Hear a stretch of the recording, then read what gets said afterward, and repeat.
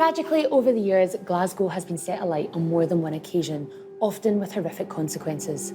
Two of the deadliest took place in the 1960s, one of the reasons it became known as Tinderbox City. I joined the Glasgow Fire Service in 1962, and at that time Glasgow was an extremely busy fire service.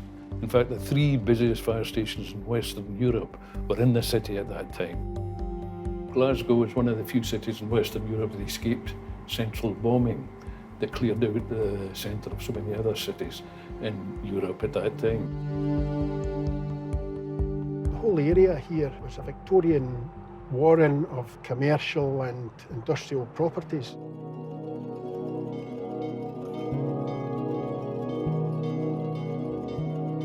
When that fire bell rang, the firemen had to get ready, and get ready fast. The fire bell activated in the station, you had 1 minute to get onto the fire engine. If you weren't out at the station by the time the bell stopped ringing, the fire master popped out of his office to see where were you. To get a sense of the urgency needed to be a firefighter, I'm going on a brief journey with Dave from the Greenock Fire Museum and Heritage Centre. So Dave, what are we currently sitting inside? We're sitting inside a 1953 Dennis F8 fire engine. Wow. And this is the type of fire engine that would have been used at the time of the Cheapside fire and the James Watt fires. When a fire call comes in, you really don't know what you're going to, so every fire has a sense of anticipation, because until you get there, you don't know what to be confronted with. In the 1960s, firefighters in Glasgow were confronted by two incredibly challenging disasters. The first disaster broke out on the 28th of March 1960, a whiskey bond right here on Cheapside Street, killing 19 people. I was 17 at the time and my brother was 18, and we were watching a television programme on STV, and it abruptly finished, and the news person from ITN in London, and they said there was a disastrous fire in Glasgow at the moment.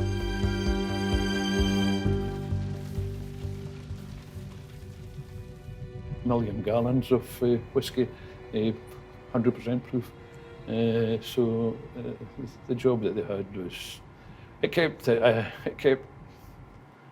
growing. As the fire continued to intensify, so too did the danger to life. They could smell this spirit, this whiskey smell, and this vapour, and Mr McGill said, let's get out of here, and they were going out, just to get out to the street. I believe that's when the walls blew out. If I had been facing the building, I would have probably got the blast in my face. But luckily, my back was to it, and I was blown literally underneath the turntable ladder. I was a very, very lucky boy, you know. And there was whiskey running down the gutters with blue flames, you know. It was unbelievable. You couldn't believe the intensity of the fire. And then the rest of the building had fallen out, and I didn't know who I was talking to, because there was firemen from all over. And I just asked him, I said, have you seen my dad? He says, where's he from, son? I said, he's from the Central Fire Station, George McIntyre. He says, no, I haven't heard of him, son. So he took me back to the northwest, and I sat with my mum, and then a station officer came to the door about 11 or something, you know, and broke the news to my mum, you know, and she just went to bits, you know. The scale of the tragedy resonated across the city, and its impact can still be felt today. It was the worst loss of life post-war in the British Fire Service. The 19 men who lost their life in the Cheapside disaster have been laid to rest here in a vault in the necropolis. Officers and men from all over the country represented the brigades at the funeral, and crowds lined the street as the funeral cortege moved off. Despite the tragedy, Tommy was inspired by the heroism of the firefighters and decided to follow in his late father's footsteps by joining the fire brigade. It was an incredible feeling, you know, sitting in an actual place in the dining room where my dad dined, running the fire from the very bays that he left, you know, and photographs of him there. It was just wonderful, you know. I felt immensely proud to serve my city, you know. I love my dad, you know. He was I get upset, you know, but he was a great man, you know.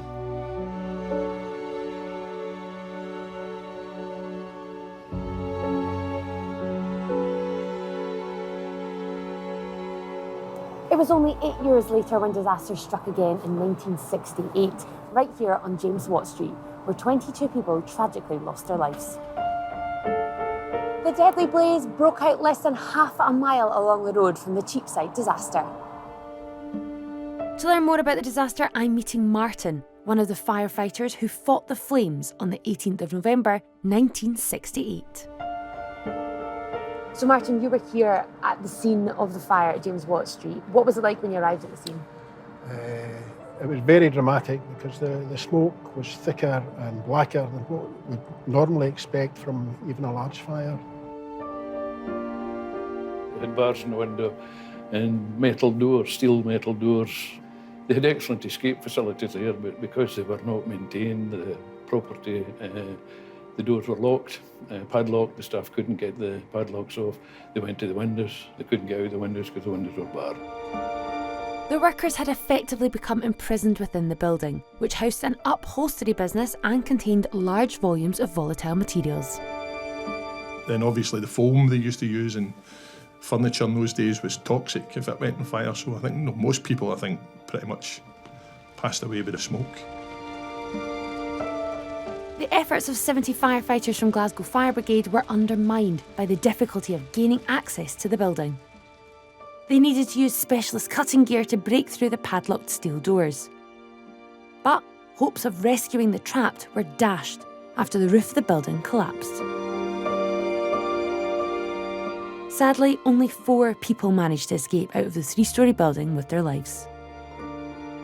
George and Leslie's father was one of the victims of the disaster.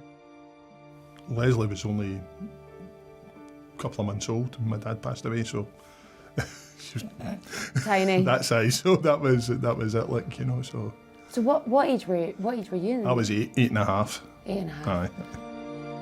Went down to my mum's house and got took into a room and basically told there'd been a fire at your dad's work and basically wasn't coming home.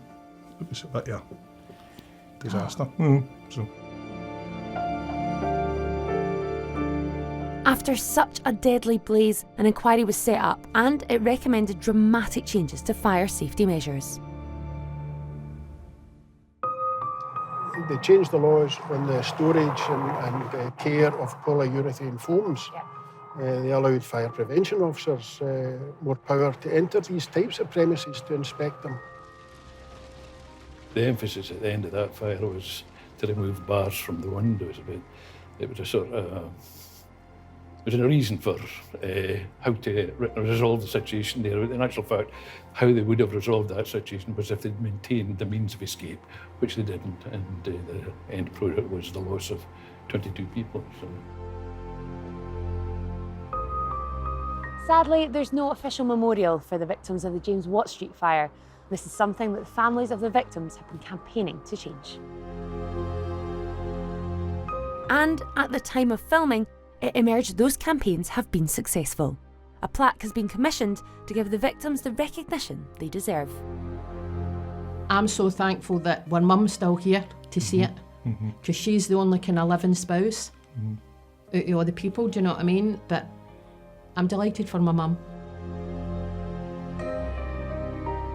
The devastation and loss of life due to fire in Glasgow hasn't been seen on the same scale since. Although more recent blazes, such as the Glasgow School of Art fire, has seen iconic Glasgow landmarks become a shell of their former glory.